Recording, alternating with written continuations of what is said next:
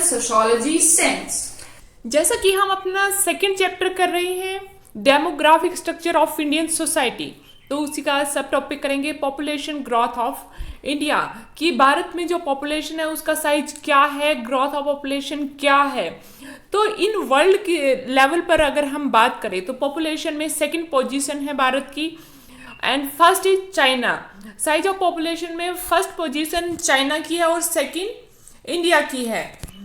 India में different years के according, different decades के अकॉर्डिंग पॉपुलेशन का जो स्ट्रक्चर है वो चेंज होता रहा है, साइज उसमें चेंज होता रहा है। तो 1918 और 1919 में 5% जनसंख्या मौत के मुंह में चली गई थी। उसका कारण था इन्फ्लुएंजा महामारी के कारण बहुत सारी मौतें हुई थी। इन्फ्लुएंजा महामारी क्या होती है? ये हमारे नाक गले से संबंधित बीमारी है जिसके कारण सांस लेने में दिक्कत होती है और उसकी वजह से किसी भी व्यक्ति की मौत हो सकती है। इसी प्रकार से 1911 से 1921 के अगर हम आंकड़े देखें तो हमारी जो पॉपुलेशन है वो कम हुई थी, नकारात्मक वृद्धि हुई थी, जिसके कारण जो पॉपुलेशन है वो -0.03% कम हो गई थी।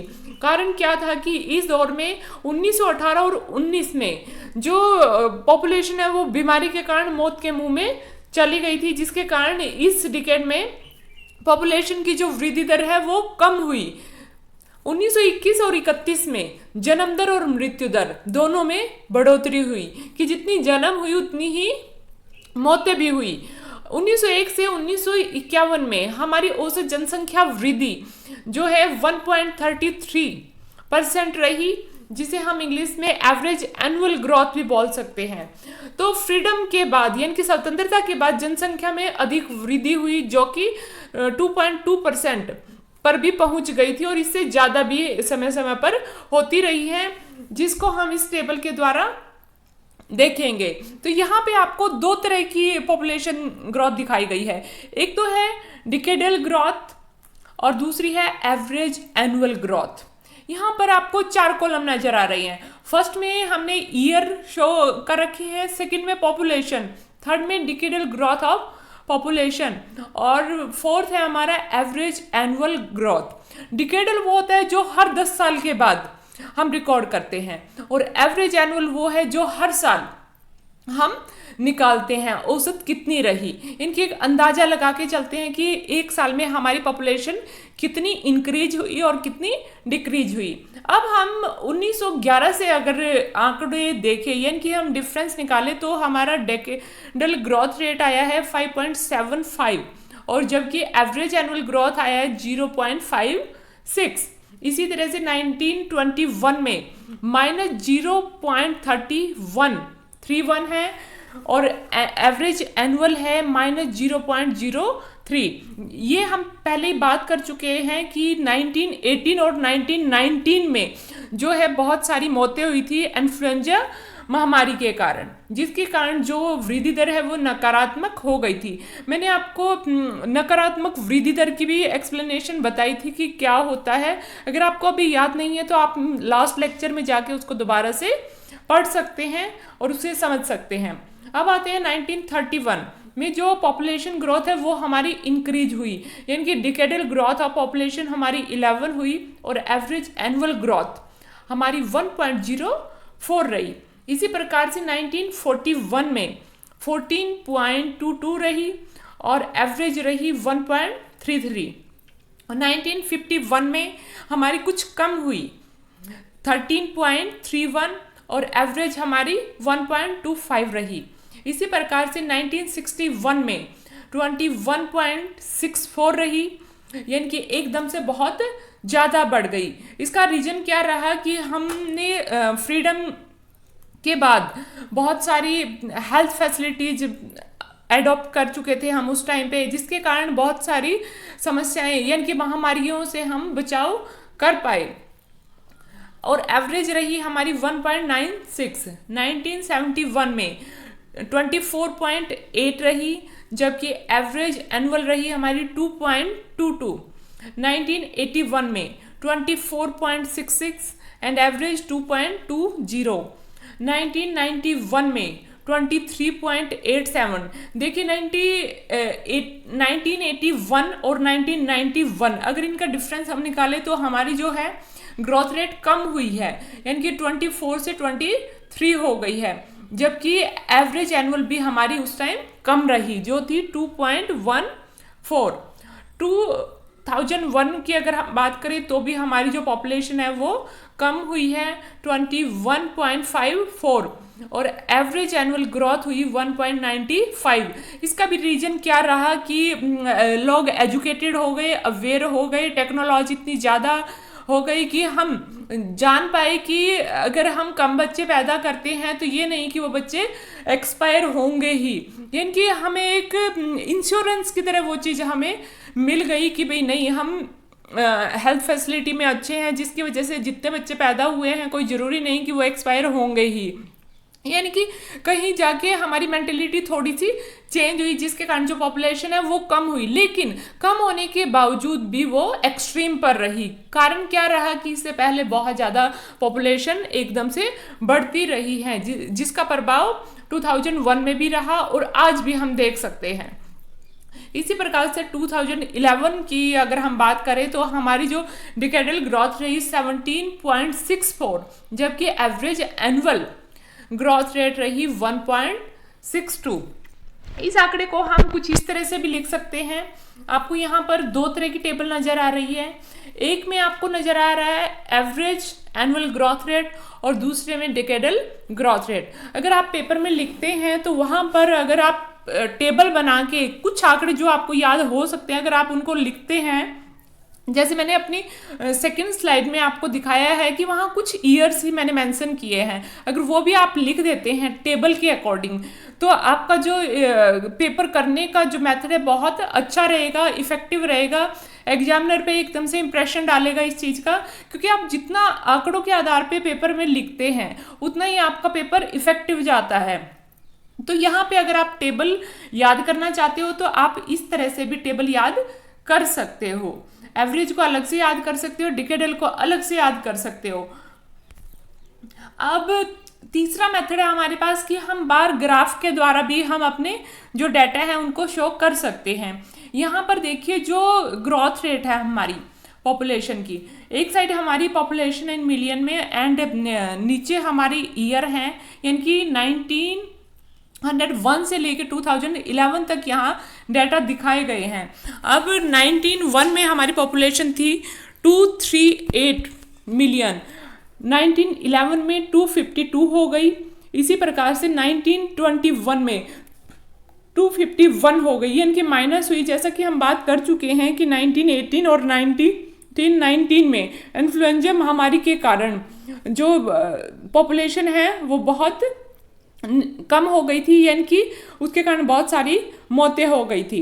तो उसके बाद देखिए कॉन्टिन्यूटी में हमारी जो पॉपुलेशन है वो इंक्रीज होती जा रही है। 1931 में 278 मिलियन हो गई, 1941 में 318 मिलियन हो गई और 1951 में 361 मिलियन हो गई, 1961 में 439 मिलियन हो गई और 1971 में 548, 1961 में 683 और 1991 में 846 और 2001 की अगर हम बात करें तो हमारी 125 हो गई और 2011 में ये 1210 मिलियन हमारी पॉपुलेशन इंक्रीज हुई है। और आज की अगर हम बात करें तो 130 मिलियन पॉपुलेशन हमारे देश की आज भी मौजूद है, जबकि जो ग्रोथ रेट है वो कम हुआ है, यानी कि हमने एनुअल जो रेशो है वो कम की है, यानी कि लोग बहुत अवेयर हुए हैं, लेकिन उसके बावजूद भी जो पॉपुलेशन है वो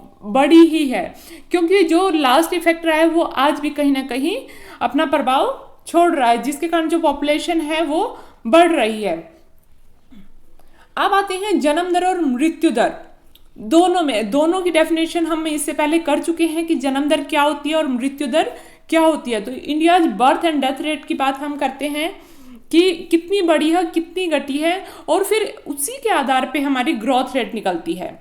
तो 1901 से लेके 1910 में हमारी बर्थ रेट 49.2 थी, तो वहीं पर डेथ रेट 42.6 रही, जिसके कारण हमारी जो पॉपुलेशन इंक्रीज कितनी हुई 6.6।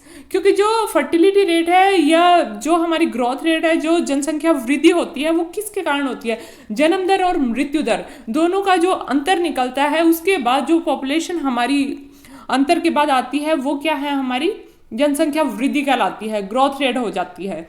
1911 1920 में 48.1 थी और डेथ रेट हमारी 47.2 थी, जिसके कारण जो इनका डिफरेंस है 0.9 होगा, जो हमारा ग्रोथ रेट होगा।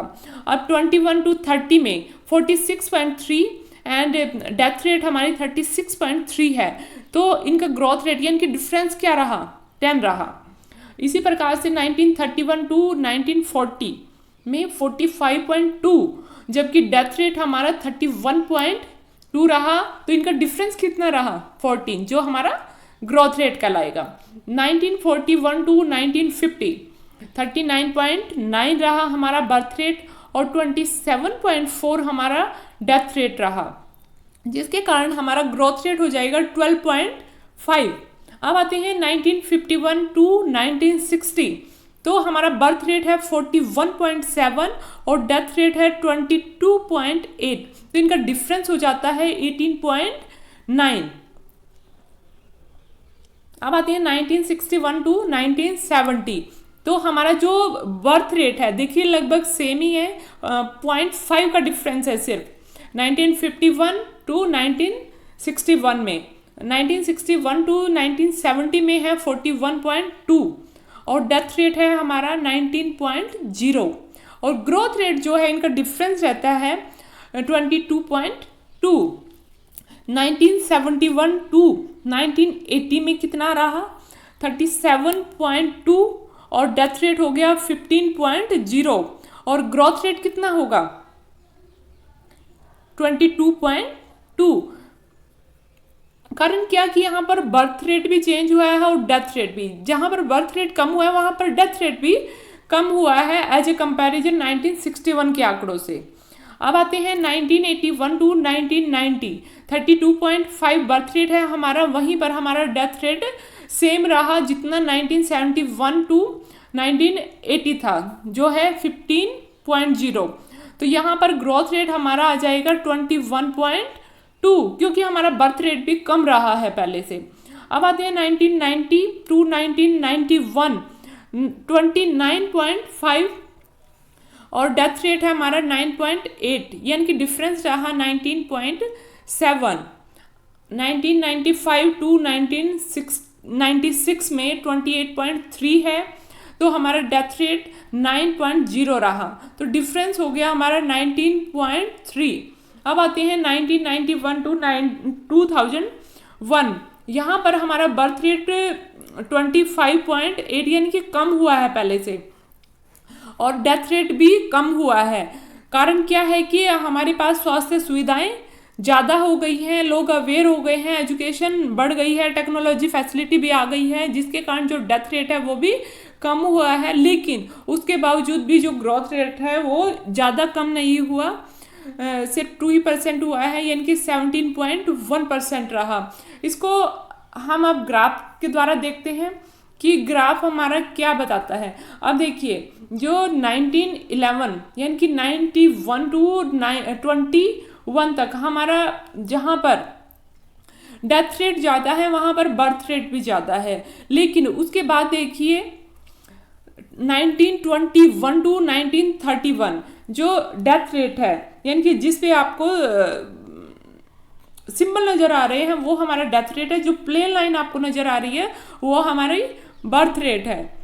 तो यहाँ पर देखिए जो सिंबल आपको नज़र आ रहे हैं वो लाइन नीचे जा रही है, यानी कि जो मृत्यु है वो कम हो रही है, यानी कि डेथ रेट जो है वो कम हो रही है। और 1921 के बाद जो हमारा ये आंकड़ा है ये नीचे आता जा रहा है, यानी कि जो हमारी डेथ रेट है वो कम हुई है, मौतें उसके बाद कम होनी शुरू हुई है। लेकिन बर्थ रेट पे अगर हम नज़र डालें तो वो इक्वल ही चल रहा है, यानी कि ज़्यादा डिफरेंस उसमें नज़र नहीं आ रहा, लगभग सेम चल रहा है। लेकिन जैसे ही हम 1981 या 1991 के आसपास आते हैं तो वहाँ से हमारा बर्थ रेट भी नीचे आ रहा है, यानी कि दोनों ही चीज़ अपोजिट चल रही है। अब जहाँ पर हमारा डेथ रेट नीचे आ रहा है तो बर्थ रेट उतना ही ऊपर जा रहा है, यानी कि दोनों एक दूसरे के विपरीत चल रहे हैं दोनों आंकड़े, जिसके कारण बीच में आपको गैप नज़र आ रहा है। तो यही फिगर आप सेम पेपर में बना सकते हो, इसको बनाना भी मुश्किल नहीं होगा। सिर्फ आपको ये याद रखना है कि किस ईयर में बढ़ रही है और किस में कम हो रही है।